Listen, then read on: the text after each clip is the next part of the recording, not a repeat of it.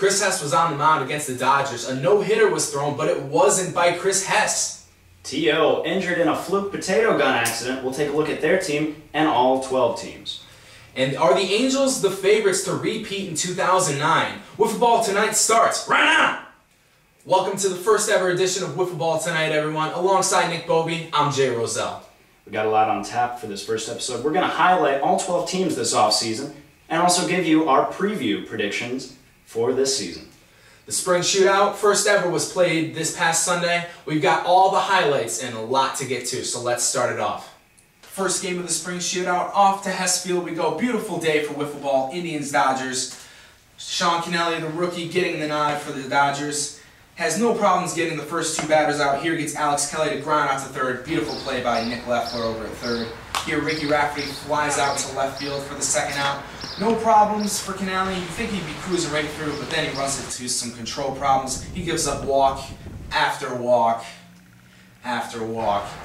And then right here, Ricky Rafferty, deep fly ball to center, gives up 5 runs in the first inning. Alex Kelly getting the start for the Indians. Gives up a walk and a single to Mike Sicoscio. 2 runners on, and Nick Leffler at the plate. Nick has left the building. 5-3 Indians after the first. And we fist pump to the 4th inning now. Brian Kelly on for the Indians. Nominally good. But he walks in 3 runs to bring the score to 6-5. And Sean Kennelly, the grand salami. That'll cap off the game. 10-5, Dodgers win this one. On 4 hits, let's go inside the numbers. Nick Leffler with 3 scoreless innings, 9 strikeouts. Sean Kennelly, not so great, gets the no decision. 2 innings pitched, 5 hits, 3 runs, 3 strikeouts. Brian Kelly picks up the loss, giving up 7 runs in just 1 inning of work. Dodgers move on to round 2 to face 4-time Cy Young Award winner Chris Hess and the Braves. Hess was dominant as usual, gives up 5 hits, 21 strikeouts, but the real story of the day was Zach Pop for the Dodgers. Predominantly a riser pitcher in 2008, 50 told him go ahead and switch the style up, now throws mostly sliders, and it paid off in this game. 8 innings, fabulous, no-hit ball for Zach Pop.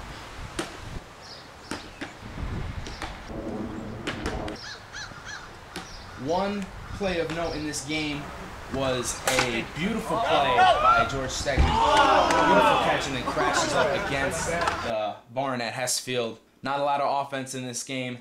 Hess and Zach Pop, both incredible pitching. 21 strikeouts apiece. Zach Pop, phenomenal. No hits in 8 innings. But Nick Leffler did go 3 for 5 off of Hess. After seeing the Braves, Dodgers, and Indians all in action in the spring shootout, that brings us to the Hess East. You know, the Braves are an early favorite, picked by most to win the division, but the Dodgers and Indians both seem to make for competitors, especially after Zach Pop threw that no-hitter. Oh yeah, I definitely think that this division is the strongest among all the teams because you got the Indians, the newest team.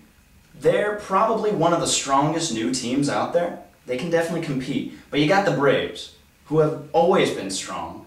And then the Dodgers, who are a little bit of a wild card.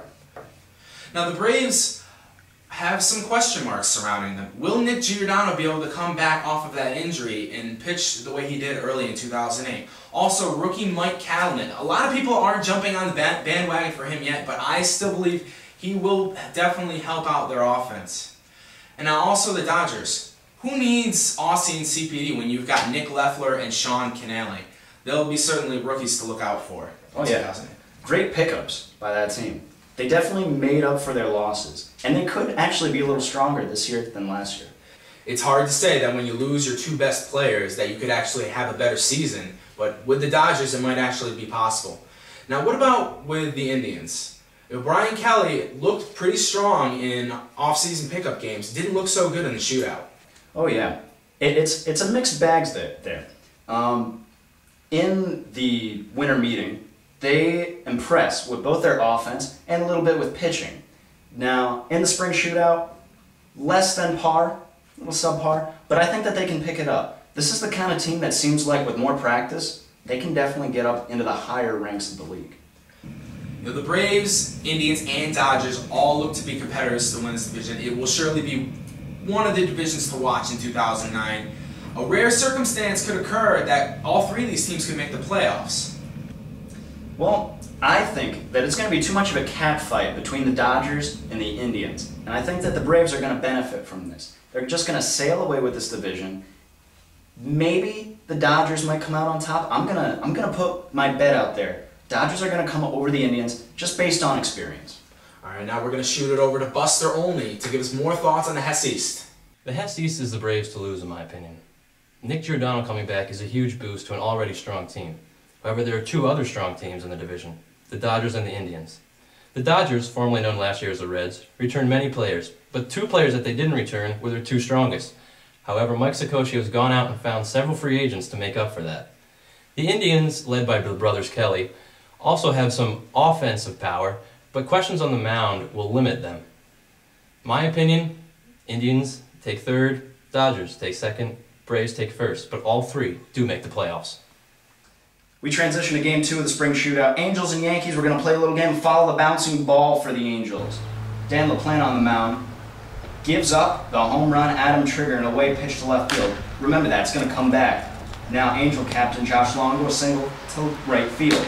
Adam Trigger, another away pitch, another home run to left field. Now Steve Weeks, the new addition, not even a chance. Jacks this one to left field. Dan LaPlante having some trouble, so they bring in Matt Brzezinski. He's going to give up a single to left field.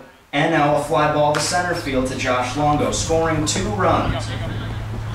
It was a hard day for the Yankees pitchers, so they bring in Matt Weeks, and he had trouble finding the plate. Watch these pitches away to both Longo and Cookfair, and now Trigger, a little close, but he's just going to walk right to first. Back to Brzezinski, he's going to walk now, giving up a walk to Green, and then to Cookfair. He's going to watch 2 go outside. And now Trigger on the inside. He's going to take the walk. So now, in the complete opposite, watch Josh Longo. He's going to get the same pitch to hit the same side of the strike zone every time. 3 in a row. And now, gets the strikeout here of Henry McGuigan. He would pitch 2, bringing in Adam Trigger. He would just shut him down, mercy him out. Gets Chris Struffolino to K, bringing us to the mercy rule. Angels dominate the Yankees 33-3. Longo picks up the win with 2 innings, no runs, no hits. But on the flip side, Dan LaPlante pitches an inning and a third, giving up 17. An interesting situation overall with the Lamb division. Little inexperience, 3 new teams, but then possibly a new form of dominance, 3 ranked teams. We're going to take a look at Lamb East first, though. The Yankees, they didn't really prove too much with their game. They got slaughtered. But they also have the Pirates and the Red Sox in their division. And so maybe this might be the most predictable division after all. It really does seem like the Pirates might just run away with it. But the Red Sox do have a player by the name of Dan Clark, picked by Chris Hess to be very similar to a young Kyle LeClaire. Definitely some news to look up for the Red Sox. But then it begs the question, with such a team as big as the Red Sox, are they going to suffer the same fate as the Cheesy Poofs, who had some form of pitching emerging, but such a spread out offense that they couldn't bring runs to the table? Having a large lineup, definitely always a liability in Hessfield Wiffleball. Look at the Cyclones back from 2006. 4-man roster went to 10-0 record. But I think the most interesting team this year is the Pirates in the Lamb East. With the new addition of Zach Longo, you're taking an offense that was probably already the most powerful in the division and now adding a world championship winner in Zach Longo. Also will add a fresh arm to that rotation. Oh yeah. I think that the Pirates definitely have a well-rounded team. They have a strong rotation, they have a great offense, and now they have a great defense as well with this addition of Zach Longo. So, do you think after all of this, maybe the Pirates could run away with Lamb? There's a chance, but they will certainly need to count on the arms of their starting pitchers. We all know James Rizzo, a former Cy Young Award winner, can certainly dominate a game. Jesse Rex, we know about his control problems. Can he figure it out? That's really going to be the key to the Pirates' success in 2009. All right, so a little bit of team conflict, mixing things up for the Pirates. Should be interesting, but I think we can come to some consensus here. Pirates probably going to run away with the division. Buster Only, what do you think?